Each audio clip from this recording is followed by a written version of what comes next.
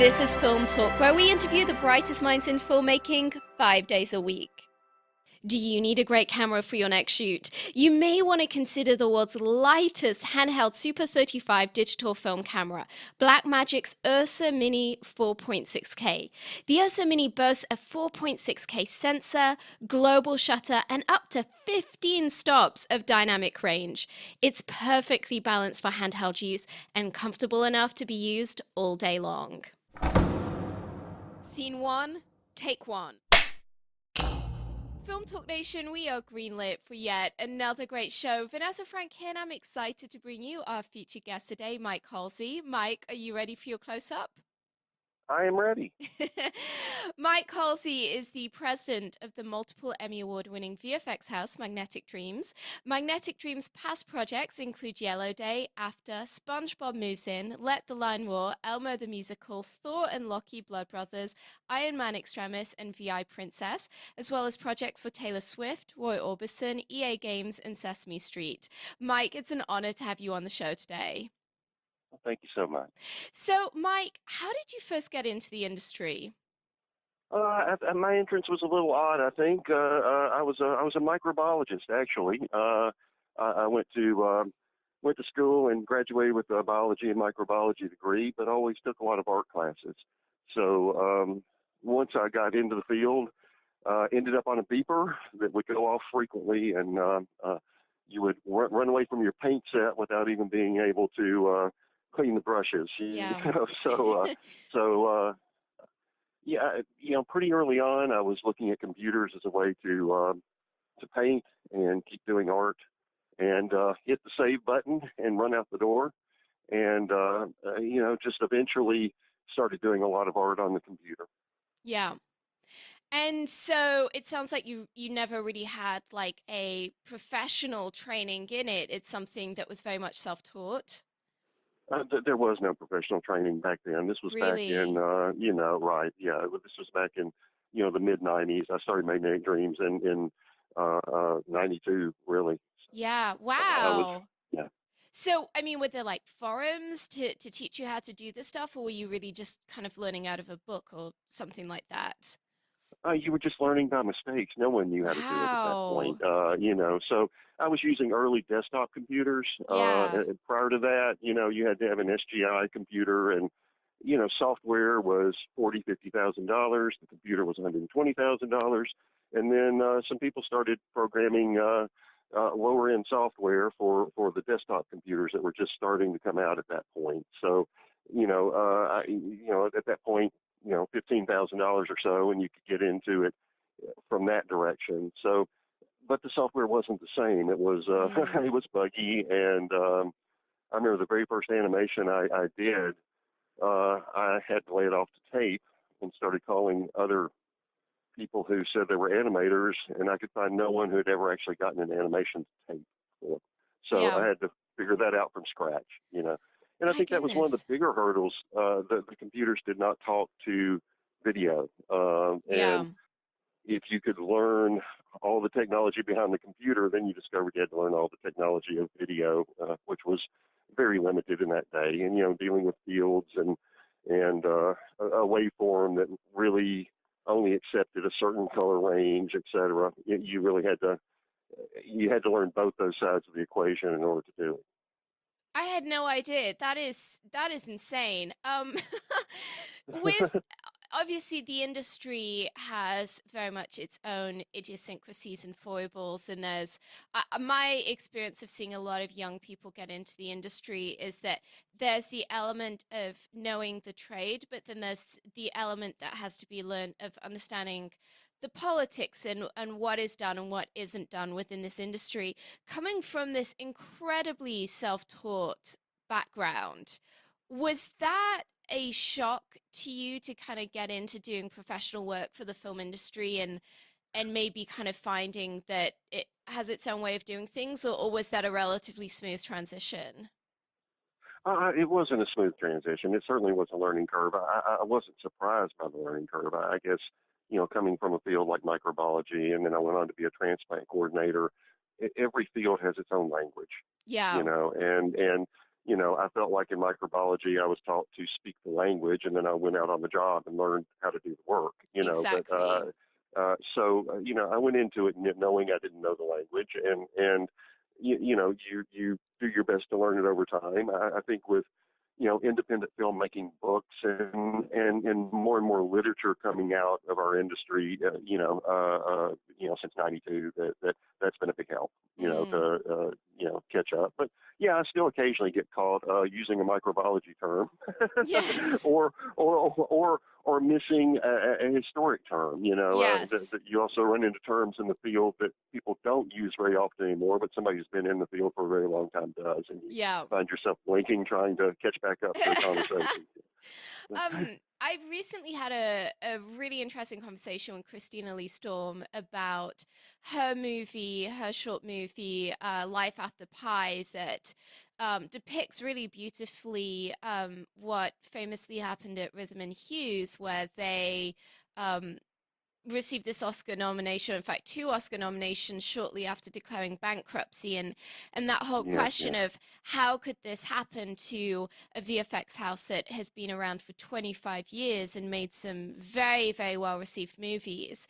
How, in your perspective, how can the industry play better with VFX houses? What can we be doing better as an industry to ensure that what happened to Rhythm and Hughes doesn't happen again?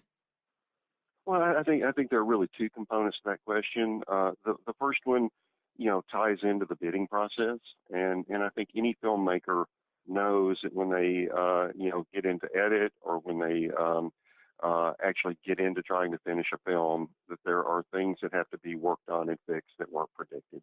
Exactly. So and I think for a VFX house, if you go into an edit suite, you're expecting to pay by the hour or by the day. For Mm, some reason, that philosophy never made it over to VFX. We have to give a flat bid up front. It's a yeah. line item in the budget. It's not very flexible. And so I don't think I've ever worked on any film in which there wasn't a component of the VFX that was given away Mm, in order to get the yeah. film done. Yeah. And I think VFX artists, like any artist, are not terribly good at protecting themselves. They're not Mm. businessmen. And even at the highest levels, they want to make the best movie they can make. They're Yeah. excited about the movie, just like the director is. And so if there's a shot that needs to be fixed, they're wanting to fix it. But it's not budgeted. And I think that if you look at that, there's that component of it. I think another component is that you should never ask a VFX artist if this can be done. Um, we are at a point in which there is absolutely nothing you can imagine we can't get on the screen, and we take a bit of pride in that. So when you ask, can this be done? Well, yes, it can be. Mm. And so I think that we've ended up with an industry just innately, because of technology, doesn't have innate barriers and limitations. Yes. So everybody starts chasing the dream, and at a certain point in there, the financial aspects of it are struggle to keep up. Yeah, and I think it's particularly unfortunate that, like with sound design, it's right at the end of the process. So if that production is run over by several weeks, that and the release date is in place and cannot budge for marketing reasons, Right. then it's kind of like you guys get impaled on that Well, situation. And similarly with the budget, you're right at the end of the process where you've got a producer who's saying, "Hey, our contingency has run out. It has to be done for this right. amount. There's no leeway." Exactly. Exactly. And so, that is a big component of it. We can do anything now, and that's a very powerful tool. Mm, But because of the way these things are bid out, and they have to be, you have to have a budget before you can make a movie. And I think a key example that I can think of, I won't name the film, but there was a movie we worked on in which the lead actor had mirror sunglasses on, yeah.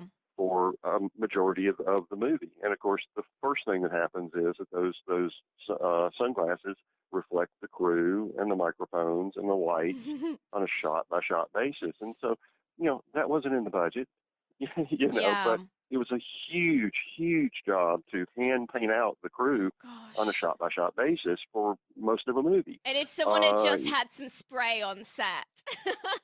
Yes, yes, exactly. And you get through it with them, but again, at the end of the day, did you cover all your salaries? Did you cover all the Oh overhead while you were man. doing that? It's difficult, and so you Yeah. have that, and I think there's a political aspect to it, which is the rebate programs that are in place. Mm. Yeah. And that's a bigger equation.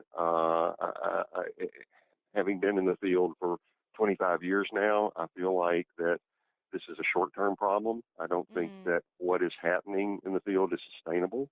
Yeah. Um, I've looked at state numbers and country numbers where they try to justify giving these 30%, 35% rebates for productions happening in their area, and it's hard to make the numbers work and let the taxpayer understand why they are supplementing the film industry. Exactly. Uh, so I've seen states that enacted them and then turned around and, 4 years later looked at the numbers and just stopped them. And then all Yeah. of a sudden you have, what it's done to the VFX field is created a migrant workforce. Yes. And I see it all the time. I'm an old guy. I have an established animation house. Uh, the rebates hurt us at times, Mm. but we survive with it. And I'm not moving my family every 6 months. Yes. But I watch these younger animators. They get 6 month contracts to do a movie in a country. Yeah. And then once that contract is up, they're looking for the next one, and they pick up their whole family and move. Yeah. And they do it for love of the industry. They do it for the love of doing the VFX, but it's just not a sustainable model right now on any level. I think And we of course, really there is I do think that we really need to think about as an industry, being that increasingly now almost every movie makes a certain amount of use of VFX, even if it's just in a cleanup, fixing capacity as opposed to it being a tentpole moment in the movie. We really do need to think about what is going to happen if we start losing some of our best talent because they're just going, you know what? I don't want to have to move my kids every 6 months. I have a young family now, and I don't want to have to move from, Canada to Georgia to India and back. It's, right. yeah, it's Well, a big what you concern. yeah yeah. I mean, what I've seen is you're losing your most experienced people. Yeah. And there's always a kid coming out of college trying to make it in the industry with a lot of talent and a lot of drive who's going to step in and take their place.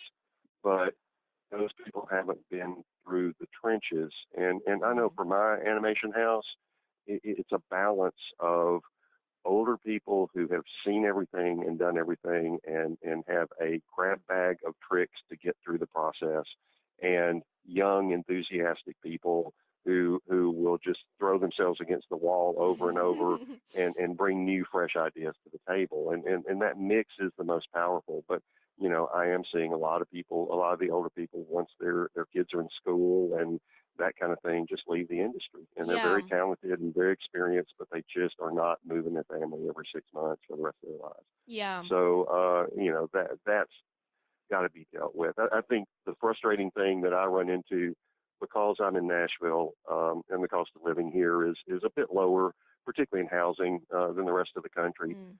I can often match a rebate and Yeah. still come out on the project, but there's a certain allure to the fact that you're getting a rebate that even then sometimes it goes to the place that gives the rebate. You Yeah, know, and I yeah, know if you're, especially if you're competing with some of the Eastern countries where a dollar goes a lot further. I mean, how do you compete with someone who can is quoting a price that if you try and compete with, you're going to be operating at a loss. Oh yeah, yeah. If you look at, and I don't know what the current numbers are. I haven't looked, but just a few years ago, the average animator in India made $4,000 a year, Oh my and gosh. was able to live quite nicely on that. Yeah. Uh, what we found is there's a few things. Number one is that um, actually the hurdle to get in the seat to animate is much higher here than Mm. it is in a situation like that. So we're able to work more efficiently because we have better trained people in seat as a Yes. whole. I think the other thing is, there are areas we can't compete, and those are the extremely hands-on areas. And we do very little cell animation, hand-drawn animation anymore, Mm. because the technology is only a little bit of help. At the end of the day, it's just man hours, and I can't compete with China or Korea or India on cell animation. But when you move to 3D, you can start using the technology wisely and to add efficiency. And I think you can only do that when you've been doing it a lot of years and built up a pipeline to do it Yes. with. So that's where I have to try to compete with better efficiency and better use of our time and your time. Mm. I think that at the end of the day, can you get it done cheaper than we can do it somewhere in the world? Yes.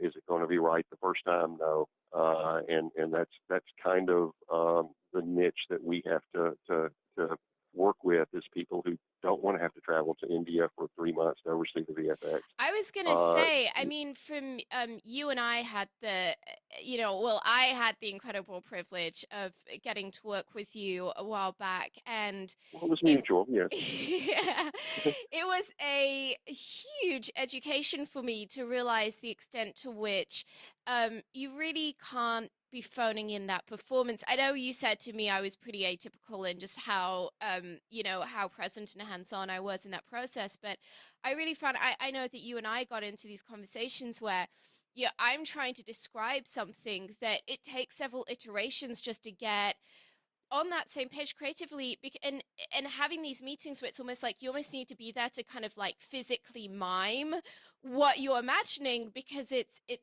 so difficult to find a vernacular to describe what a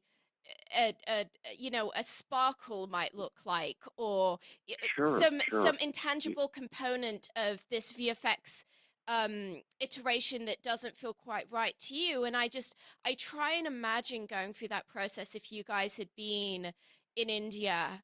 And I mean, that just, it makes me want to open my veins, because it's like, how could you possibly, even with Skype, how could you possibly get to the place you need to creatively unless at certain points in time you're able to sit next to the screen and just hash it out until you kind of get an idea of what's needed?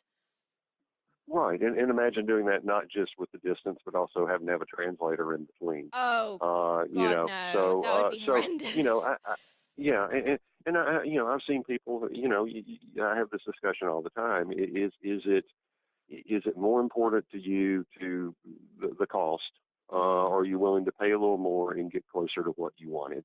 yeah. Because in that kind of scenario, when you're not able to really, minute to minute communicate with the people doing the effects, you simply are going to have to compromise. And for some movies, it's worth it to them. It brings them down to where they feel like they have a guaranteed profit. Yeah. If I can get this made, I'm going to profit. And I understand Oh, that. that's so I really do. awful. That I Yeah. mean, I realize that there's probably for a lot of executives and producers that violates them a lot less, but being on the more creative side of the industry, that just Sure. makes me feel defiled. Well, I appreciate that, but and that's why you're the customer I try to find and work with. Thank you. It's that's the niche that we still have. Yeah. Even though it can go overseas, and I can't at the end of the day completely and utterly compete with a $4,000 a year animator. Mm. We can get pretty close, amazingly close sometimes, price wise. But Yeah. you're going to be able to be a part of the process, and you're going to get much closer to your vision on the screen. Yeah. And I can definitely see that to speak to your point of saying that for so many of these VFX artists, they would rather almost work at their own cost and do the extra overtime to get something right than have it go out the door not looking like what they would like it to look like, and this incredible sense of artistic pride that there is. I can really see that because it seems to me that when the one thing that time and time again, if you go to that IMDb forum or what have you, that gets very quickly said by audiences if the VFX stuff looks off. That's the thing Sure. that immediately people point to and go, "Wow, it's got really crappy VFX," and I can see that for in the same way that as a director, you don't want someone else calling final cut. You want to be able to say, listen, I can stand by this work. I can very much well see that for a VFX artist, it's like, this is your reputation. And if something goes out the door, people aren't going to know all of the fine prints. They aren't going to be getting the disclaimer saying, well, it's actually, we could have done a lot better, but it's because the producer was too tight with the budget. All they're going to be Right. seeing is the final effect and your name next to it. And Exactly. yeah, And all your excuses mean nothing compared to what's on yes, the screen. That's exactly. it may have been a wondrous job under the circumstances, but if it doesn't hold up, it doesn't hold up. And of Mm. course, as we all know, the audiences are getting so sophisticated. It's It's hard to trick them crazy, isn't anymore. it? It is so Yeah, crazy. We've got yeah. this entire So generation of this entire generation of kids that have grown up with ridiculous expectations. And I think increasingly there's an issue in the industry where product is becoming more and more niche. I mean, I know this is a conversation that you and I had recently just about the fact that with this proliferation of new platforms and the explosion of what's happening in television, things are getting more and more niche, budgets are getting smaller and smaller, and yet the expectation of quality is that every single show needs to look like Game of Thrones. And it's just right. a standard that is impossible. Yeah, it is, and certainly the big studios can put the money into their big blockbuster that they're going to spend millions and millions advertising, but for the smaller producer and the indie producer, it really just you almost have to write your script around the concept of I'm not going to be able to afford to fool everybody for this many shots. I can Yeah. only afford to do it for this many, and I find that increasingly I see from the writers that the expectations of the audience are affecting the writing process. Oh, Right from the beginning. absolutely. Absolutely. I think it's very hard to not have that be a voice in your ear during the development process. So, Mike, in terms of the creative collaboration with a director, at what stage in the process, ideally, do you want people coming to you? Do you want them coming to you before the script is even written to bounce around ideas? Do you want them to come to you when the script is done, or do you want them kind of coming to you when the footage is there and they're saying, "Hey, this is what we have. How do we work with Yeah, yeah, this?" yeah. I mean, certainly, I love it when we are involved, probably around the last drafts of the script. Mm, I'm certainly open to being involved at the concept phase, but the way movies are made, that almost never happens. But as the script is being finalized, going through it, just shot by shot with the director and having them understand what will have to happen on set it is huge. mm, Having them understand that yes, we can do this effect, but we're going to have 2 hours of setup or 3 hours of yeah, setup in order to do this shot, and you need to know that as you're making your schedule for the shoot. yeah. And if you bring us footage that has been shot, I will almost guarantee you that it will be an expensive nightmare It's because going to be a lot of so rotoscoping. it's just it's we have the VFX industry has developed a ton of ways to make things work, but we make them work at the shoot. Mm, And if you shoot it, and you don't have a VFX person there to keep an eye out and to advise, you're almost going to invariably have Issues. Yeah. pieces that are way more difficult than they needed to be. Yeah. So yeah, I have gone through those scenarios where it was shot, Mm. and then we were involved, and almost invariably it's a disappointment to the director because there are things that can't be done, or there are things that are so expensive when they just didn't need to be. Yeah, and it's really, I mean, it's a lesson that I have really learned through getting to work with you is it's really important to get things done the right time. I mean, I know on the project that you and I worked with on together, we filmed a whole component of it in Switzerland, and we had some really good advice from you guys of what to do on those VFX shots, but with not being able to have someone on set as we were able to have in the US,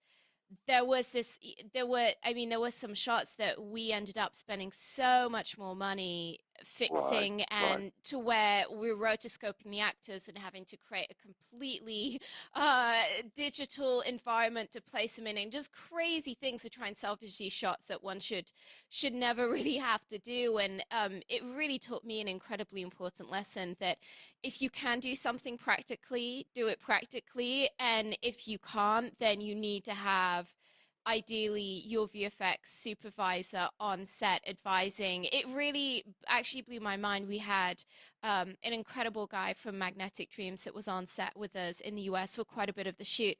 And it was such an education to me to see the extent to which innocuous little changes that we wouldn't have thought would make any difference to the process. He was saying, oh gosh, no, actually, we really need to do this way right now. And when he would explain to us why, we'd be like, oh my gosh, like we had no idea. And that stuff can just save you so much money and so much time in It can. post. It Um, can, and also, there's no director who, I won't say none, but I haven't found one yet who always shoots it just like it was storyboarded. yes. And so boy, I understand that. You get on the set, you're looking through the actual lens, you see something that you want to chase, all of a Yeah. sudden, though, you're breaking from the plan. And Mm. having someone there who can help you understand what that break is, or make a slight tweak to what you're about to do that will save you thousands of dollars, is just essential. Yeah, Uh, I think this is particularly applicable to the smaller budget, more independent productions, because evidently, if you're making Life of Pi, you're going to have a whole team of people there. But if it's at the lower end of the production, that's production budget range. I think that's where people are more likely to not think about these things, and arguably, this is why it's even more so important, because if you're on a limited budget, you can't afford to make that mistake that could have been so right. easily fixed on set. And that incremental cost of having one extra crew member on set who's able to do this, compared to, and I say this from experience, compared to what you're going to end up paying if you don't get it right, is so incredibly marginal. And your stress level in post is going to be so much lower, which I think is the intangible that you just really can't place a price on it anyway. So I would encourage anyone in that position to just kind of do the wise thing and just make sure that there's someone on set. Um, It is, and it changes the dynamic mm, for the director.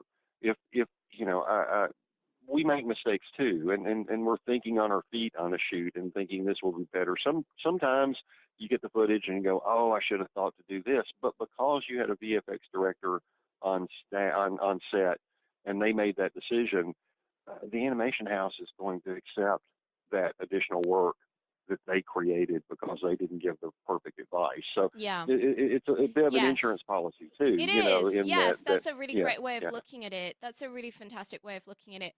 Well, Mike, we're about to enter our final act in which we're going to be getting some of your top recommendations. But before we do so, let's take a moment to thank our sponsors. When you're putting together that masterpiece movie, the coloring is a major creative decision. It can make the difference between whether the audience interprets your story as warm, cold, dark, or light, and it can help define the genre of the film. Here's a quick tip.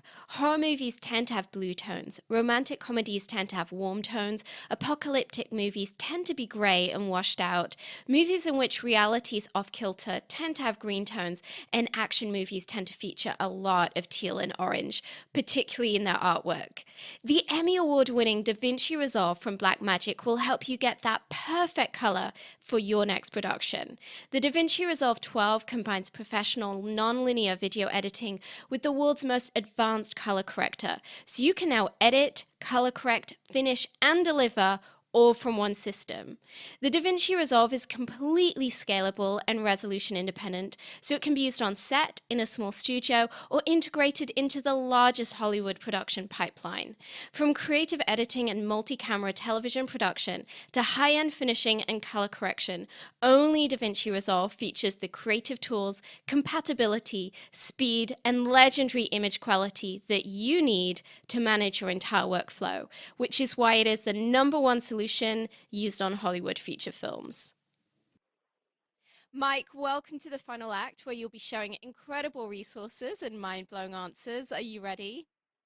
I will do my best. Yes.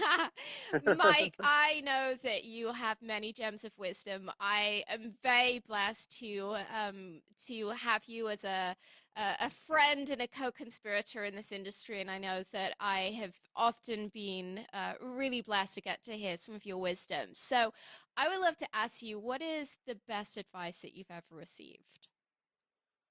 I go all the way back to when I got my first promotion in the laboratory when I was a microbiologist. My boss was a man whose name truly was Dr. Scary. Um, he was a orphan who had worked his way through to his doctorate roofing houses. He was a great big Neanderthal-looking man who had teeth that stuck right out of his face. He was Dr. Scary. He was the sweetest man ever. And right after I was promoted and put over a large department, he brought me in, closed the door, and said, "Welcome to the sea of ignorance." And began to explain to me that A, about half the people you talk to are faking it, and B, at times you'll be just kind of faking your way through it, not understanding it, and C, that even the experts are wrong a lot of the time. Mm, And it was just, it was great advice for a young man stepping out and trying to be a manager for the first time and having to try to fake their way through it, to know that yes. yes, we're all kind of doing that, and yes, we have experience and we know some things, but there's too many variables, and we're all wrong a lot of the time. Yes. And I mean, it's so true for the film industry where I think, if we're honest, I think most of us have times where we really struggle with the imposter syndrome because it's not an industry that has that typical path that there used to be a few years ago in many other industries where there was a progression based on age. I mean, Right. this is a meritocracy. If you are 18 years old and incredibly talented and incredibly fortunate, you can become a household name and have Exactly. tens of millions of dollars placed in front of you in a way that just doesn't happen in many other industries other than I don't know, maybe the tech industry. And I think that that does foster, even in people who know that they're inherently exceedingly talented, it does foster that sense of imposter syndrome where you do, to a certain extent, have to go to work knowing that no one ever said to you, yes, you can be a director, or yes, you can be an actor or Right. producer. To a certain extent, it was you just taking the bull by the horns and saying, I'm going to do this. And I think that that does inherently lead to an industry where there's a lot of people going, I don't always know what I'm doing. Exactly. And so, I felt like he gave me permission to admit that very Yes. early on. Yes. And that's just a wonderful relief. Yeah. I think likewise in this field, so much of our field is based on luck.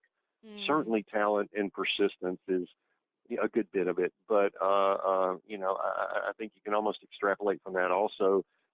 Don't take so much credit when things go wrong or when things go well, Yes. because then you don't have to take quite so much blame when they go wrong. Yes. And in a luck-based field, you're going to see plenty of both. Yeah, I feel like it's almost, I've been figuring this out slowly that if you want to if you want to keep your mind in this industry and you want to just not get burnt out or just completely devastated when a certain project unravels, that you kind of have to hold projects really lightly in your hands. That's kind of what I've been seeing, even with the script writing side of things, that projects are going to come, projects are going to go, projects are going to maybe not always work as well as you'd like them to. And if you hold on to each of them too closely as being your baby, and this being the project that you want to pin your meaning on as a professional creative, you can really get burnt out and devastated. Oh, you can. You can. You have to, if you can't control passion for a project, then you have to have three or four of them, Yes. which is maddening, but you have to, because yeah, if you do end up boiling down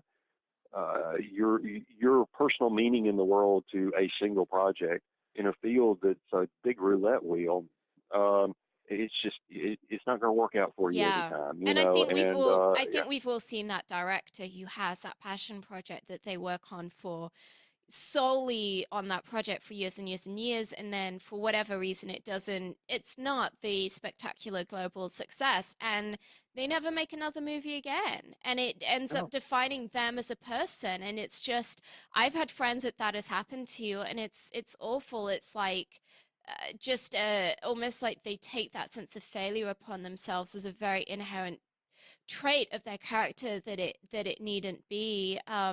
So yeah, it's a strange thing because I feel that when you're on the project, you have to treat it like it's everything, and you have to just treat it like it's your Yes. baby. But then there comes a point where you just have to completely let go, and I think that just takes such a huge amount of wisdom to know when is the right time for the one thing and when is the right time for the other. It does. It does. It is a ridiculous balancing act that Mm, probably no one is perfect at. no. But yeah, you can sure be bad at it. And I've watched some people just wreck themselves Yeah. over a project never happening. And it's just It's And not the worth other it. thing is, yeah, ideas. One thing that I've told myself so many times, I have lots of ideas. Mm. It may not be true, but you have to tell yourself that, because ideas get stolen. Ideas, Yes. someone else has the same idea. Yes. An idea just it's alive in your brain, but you can't get it across to anybody else. Yeah. So you sometimes you just have to move on to the next idea. Yeah, you And know what I kind of tell myself is that if a movie is only ever played in my mind, that's okay. Like I'm always going to have way more movies fleshed out in my mind than I'll ever have the time to actually actualize for the rest actually of make. humanity. And that's okay. Like maybe that story is just for my own pleasure. Maybe it's just a movie that I play in my head every so often, and that has to be okay. Because if it's not, then you're just driven mad by the fact that there's 15 movies in your head and you only ever get to work on one at a time. Oh So yes, yes, and I wish I could remember the writer. There was a famous writer, and I can't remember who it was, who said there's books you write, and there's books you talk about writing in bars. yes. And as a writer, you have to know the difference between those two, Yeah. or you're going to waste a lot of time. And Oh, and so and true. and sometimes a story is just, it's so personal that it doesn't belong out there. Yes. It's your story, Yes. and it Yes. yeah. Yes. You see, you're just dripping with wisdom, Mike. If you had just one movie to stake your entire career on, what kind of movie would it be, and what talent would you want attached? I go back to I guess something, Blade Runner. Maybe it's time for Ridley Scott to make that a follow up he keeps talking about. I mean, you talk about a movie that just created a compelling world right from the first frame, and Mm, everybody brought their A game. And I love movies that are showing me things I've never seen before. yeah. And that movie did it all the way through, and just great performances, and probably at the end of the day, also, it's one of those rare movies that you go back and watch the second time and see the story completely differently. Mm, All sorts of nuances begin unfolding in that movie once you spend more time with it, and that's such a rare and wonderful thing. So Yeah. yeah, I think that we're building worlds for people, and I think that those movies that go all the way out there and just build a world, Yeah. something in that vein would be what It would I be would pretty I would cool. put it all on. Yeah. But not a whole lot of sleep for you though, because building worlds that's 100-hour weeks for the VFX team, right? Oh, but it's such a joy. It's such a joy. Yes. Yeah. Yeah. Well, that's why you're still in this industry after so many years.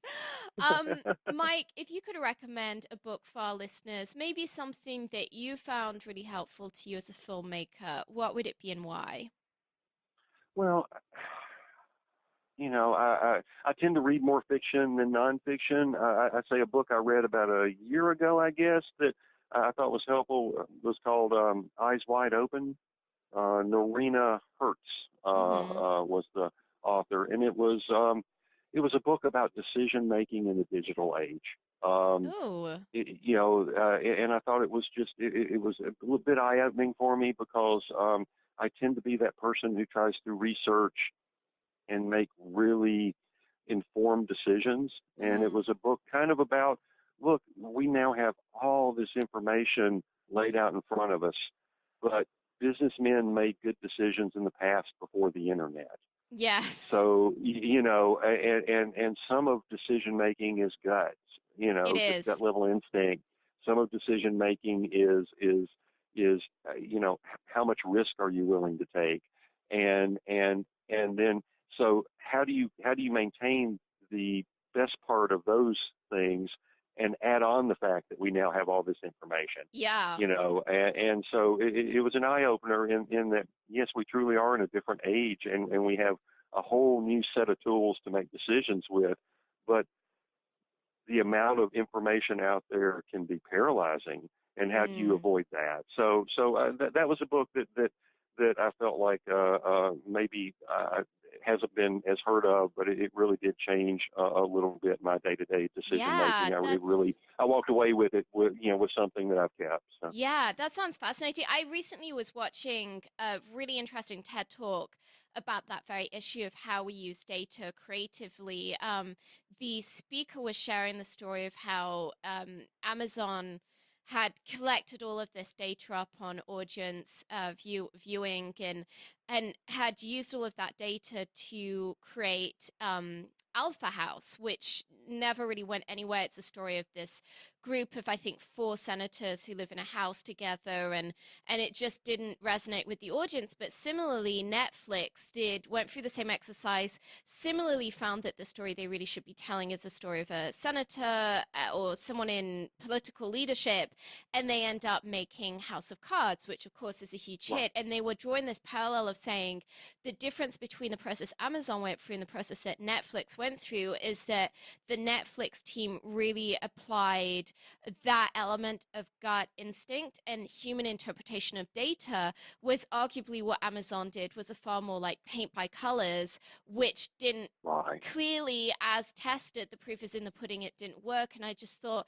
what you just explained about that book just sounds very akin to this talk that was explaining that right. we have this proliferation of data now, but it's really crucial that as artists, as creatives, and even as business people, that we then yes, that we use the data, but it needs to be partnered with gut instinct, human wisdom, and personal insight, as opposed to something we're just following slavishly. Um, Right, right. And back to the Welcome to the Sea of Ignorance, we now have huge platforms for people to give you the wrong information and yes, sorting through, yes, who is this person and should I believe anything they say or has this person successfully made decisions correctly in the past? And so, yeah, it's just a white noise of data it and that we is. now have to sort through. Yeah. Yeah, very good point. Well, Film Talk Nation, I know that you love audio. To thank you for joining us today, we've partnered with our friends over at Audible to offer you a free audiobook. Great titles available include Story by Robert McKee, Save the Cat Strikes Back by Blake Snyder, Why Not Me by Mindy Kaling, A New Year of Yes by Shonda Rhimes. If you haven't already done so, you can claim your free audiobook at audibletrial.com/ audible.com/film talk. That's audibletrial.com/film talk. And this link will also be included in today's show notes. Mike, if you could recommend a single movie for our listeners, maybe even something that you found particularly interesting or useful to you as someone who is a veteran of VFX, what would it be and why? Yeah, I would love to pull out some really obscure movie, but I tell you, lately I've just been enthralled with going back and watching Wes Anderson movies. Oh, how could Moonrise. one ever Mo- tire of Wes Anderson movies? It's like, I yeah, feel it's almost like I was watching recently, oh gosh, and I'm blanking on the name, which is really embarrassing. The most recent one he made about the hotel. Um, New Budapest Yes, Hotel. Yes, yes. For some reason I always or blank on Grand that name. Budapest Grand Hotel. Budapest Excuse me. Yeah. Hotel, and it was like I felt the feeling I had was almost like when you're a little kid and someone's telling you a bedtime story. It just had such an enchantment and a magic to it, which I feel like Oh in yeah. this age of cynicism and where we're seeing movies where it's like you just, I mean, it's so graphic and it's so unrelenting. It was such a delight and a breath of fresh air to get to watch something that just felt childlike and delightful and just innocent. Oh It was yeah. brilliant. Yes, and I'm just stunned that they exist. Um, Yes, how do you right? how do you explain that to the money people? I know. And in filmmaking, it's so collaborative, so many hands on the wheel. How do you end up with a little tone poem that is that personal and Yeah. direct, and so again, I would love to come out with something nobody's ever heard of, but I've been going back and watching those and just am uh, just can't believe they actually exist. They actually got Yes. made, and they're that personal a vision and that purely translated to the screen. So, um, Is it quite gratifying to you as someone who works in VFX, and I know that you have quite a passion for all kinds of animation. Is it quite gratifying to see his use of stop animation? yes, yes, and not trying. We try so hard to hide the graphics, and he puts the it's okay if it doesn't look real as long as it's Yes. fun, as long as it's Exactly. fun, then Exactly. It's and so so freeing. right, and so it just looks like a blast to work on because all the technical things that you fight, but he doesn't fight them. He doesn't worry about Yes. them. He He just wants to give you this experience. So I've just, I've gone back and just been rewatching his work and just finding it endlessly delightful. Yes. Oh, I would imagine that for just about anyone getting to work on a Wes Anderson movie would be like that's a bucket list item right there. I mean, that's a Oh, once in a yes. lifetime. My gosh, it would I would pay to work for Wes Anderson. You know what I'm saying? Like, Oh, sure, my sure. And just gosh. watching the movie is immunity to cynicism for a week. Yes. Yeah, it is. So It yeah. really, really is. It's like a dose of medicine that I think we all need in this life. Well, Mike, you're one of the most obviously you're one of the most tech savvy people that I know. If you could recommend a single website or app for our listeners, that you find helpful in your line of work, what would it be and You, you, why? I would say get away from the apps and the websites for a little while. I spend Really? so much time in front of a computer now. Daily I go to Kids Screen just to see what's happening in kids television and kids movies. Kid I go screen. to Okay. Kids Screen daily. Kid I screen go daily. to Hmm. Stream daily, which in this world with Netflix and Amazons and YouTubes and it helps me keep up with what's happening Mm. online, which is our future. We're in this weird transition right now where uh, uh, you know we don't know exactly how we're going to get there, but all of our work is going to end up online in some manner, and Yes. yeah, and that's Uh, been sort of keeping on that. And I go to Animation World magazine. I think it's awm.com, Animation World which magazine. keep Okay. yeah, which keeps me up with the animation world. And those are Mm. probably my three. Just That's like your go-to. I can spend 15 minutes and or 10 to 15 minutes and be caught up with everything happening in Yes. my part of the industry in the day. So those are I've kind of boiled it down to those. But yeah, I really am trying to spend less time on websites and apps because I've spent so much time in front of a computer already just doing the work that you become sitting there in the blue glow with the cold circuit. It becomes you Well, start to I get know pretty as well. weird. I So mean, yeah. time for you is really at a premium. I mean, how many employees do you have at the moment? Oh, at the moment, well, we just wrapped Sesame Street this season, Mm, so we've kind of got a lot of people giving people breaks as we gear up for the next thing. So we're at like 25, but we flex yeah. up as high as 45 or 50 at times. I mean, I honestly, my every time that I've been in your building, I've just been like, how does he do it? Because it's like it feels to me a little bit like being in like intensive care or not intensive care, like accidents and emergency, where it's like everything is like a critical emergency and it's unrelenting and there's always something coming through the door, and then you've got just the human component of having a huge amount of employees who will have their own lives and their own things that need to be Right. human like managed. And yeah, I just you blow my I, mind in what you do. You really do. Well, I was a transplant coordinator for 9.5 years. So, Yes. at the end of the day, we're just making pretty pictures. So, Yes. yeah, it has all of those things, but we're making our living as artists. How many people get to do that? So, That no is matter how hard true. it gets, you have to go back and just go, wow, I'm actually making my living as an artist. That's I should never complain about anything. Well, that's what makes you one of the greats in this industry. Well, Mike, it's time for the martini shot. What parting piece of guidance do you want to share with us?